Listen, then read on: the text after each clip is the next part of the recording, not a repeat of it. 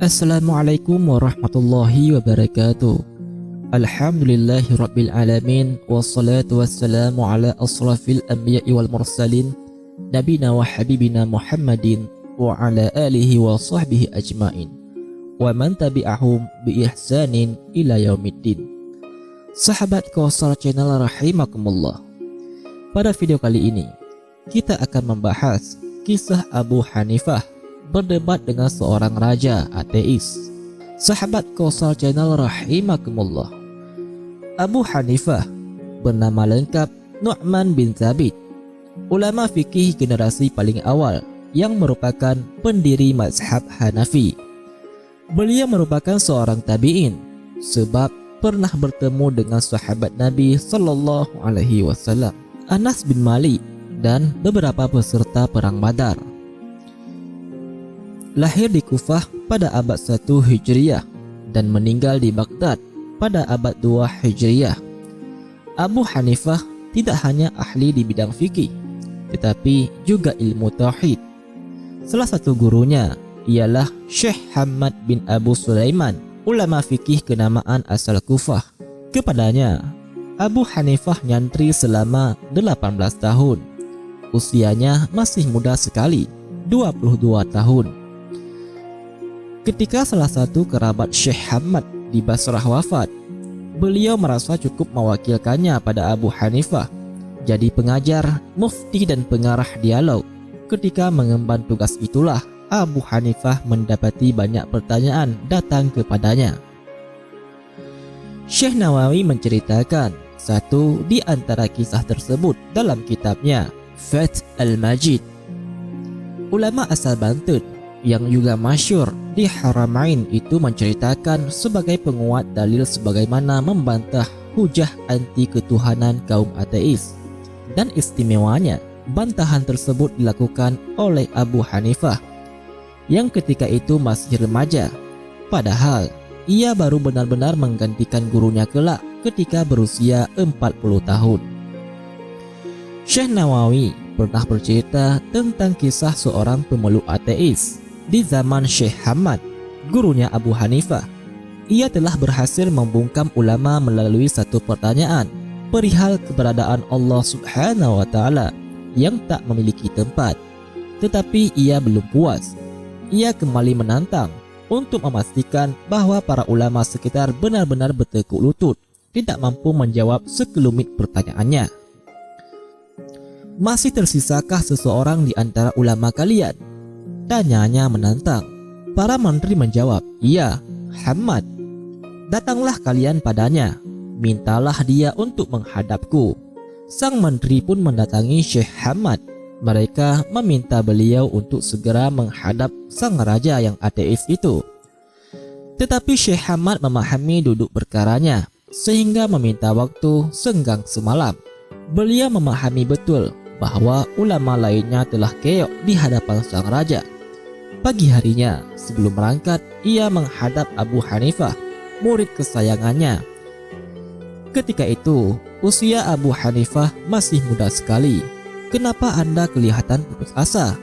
Tanya Abu Hanifah ketika mendapati gurunya murung, seakan menyimpan beban besar.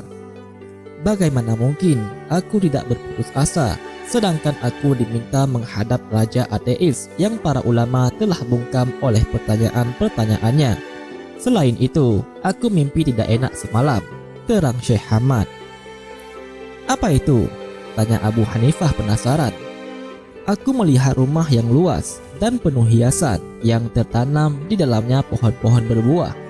Lalu dari sudut rumah itu, keluarlah babi dan memakan buah, daun, dan dahannya, hingga tak tersisa apapun kecuali ujung bawah batangnya. Tak lama, dari batang itu muncullah singa dan membunuh babi itu. Guruku, kata Abu Hanifah, Allah Subhanahu wa Ta'ala telah mengajariku ilmu ta'bir, mimpi. Mimpimu ini baik untuk kita dan buruk untuk musuh-musuh kita. Maka jika engkau izinkan saya menafsirkannya, saya sungguh akan melakukannya. Tafsirkanlah mimpi itu, hai Nu'man, sahut Syekh Hamad tak sabar. Abu Hanifah pun mulai mengartikan mimpi gurunya. Rumah yang luas dan penuh hiasan adalah Islam. Pohon-pohon berbuah ialah para ulama. Ujung batang yang tersisa di situ adalah engkau. Babi adalah sang raja ateis, dan singa yang membunuhnya adalah saya. Maka berangkatlah engkau dengan membawa saya. Dengan begitu, berkat keistimewaan dan kemuliaanmu, saya memiliki kesempatan untuk berbicara dengan raja itu. Syekh Hamad senang bukan main. Beliau pun mendatangi tempat perjanjiannya dengan para menteri. Mereka pun datang, dan para hadirin berkumpul bersama Syekh Hamad. Sementara itu, Abu Hanifah berada di bawahnya sambil mengangkat sepatunya dan sepatu gurunya. Sang raja pun juga tiba dan langsung menuju singgasana. Mana ulama yang mampu menjawab pertanyaanku? Tantangnya. Suasana hening, apalagi ulama lain. Bahkan Syekh Hamad sendiri pun juga belum menjawab. Apa-apaan ini? Bertanyalah. Akulah orang yang mampu akan menjawab pertanyaanmu. Abu Hanifah memancing sang raja mengeluarkan pertanyaan yang sudah membungkam para ulama tersebut.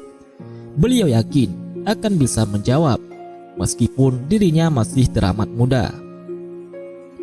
Siapa engkau, hai anak muda? Kau bermaksud berbicara denganku? Bagaimana dengan para sesepuh yang berpangkat dan berbaju mewah itu? Bagaimana dengan para pembesar yang telah keok di depanku? Bagaimana mungkin engkau yang masih kecil dan hina ini mampu melakukannya?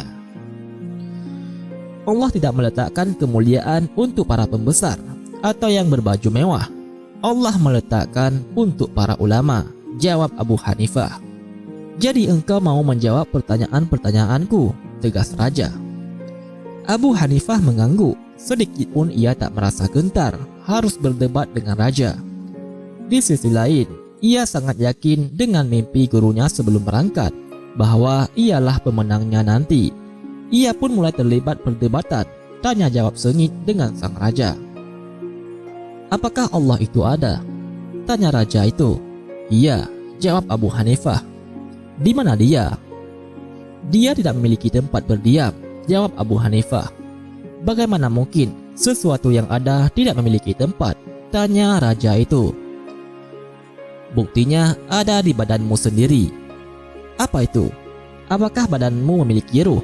Tanya balik Abu Hanifah. Iya, jawab sang raja.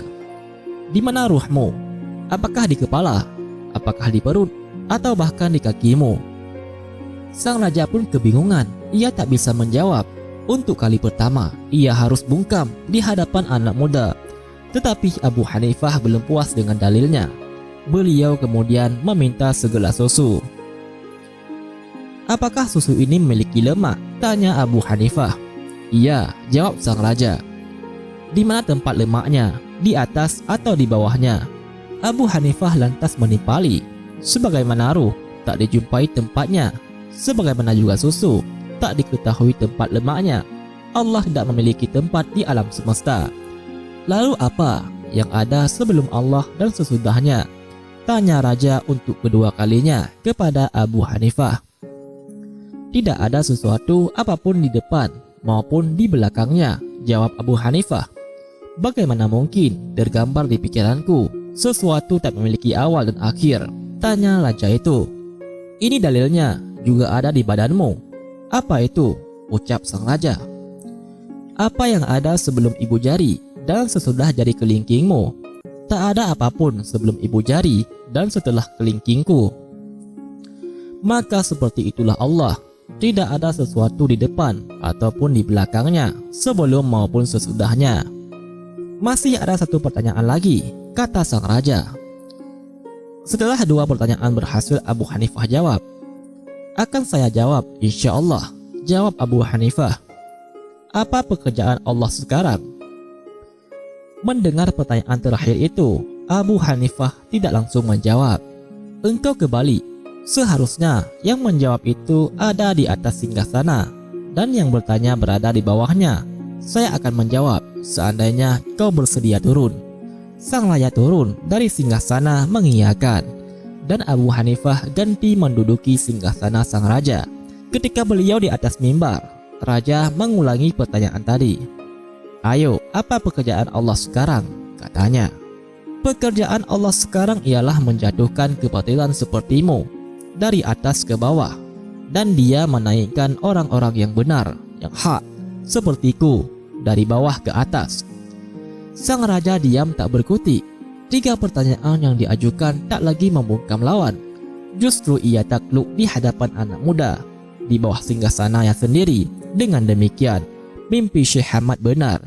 Melalui keistimewaan nalarnya itu, kelak Abu Hanifah dikenal sebagai imam mazhab paling rasional.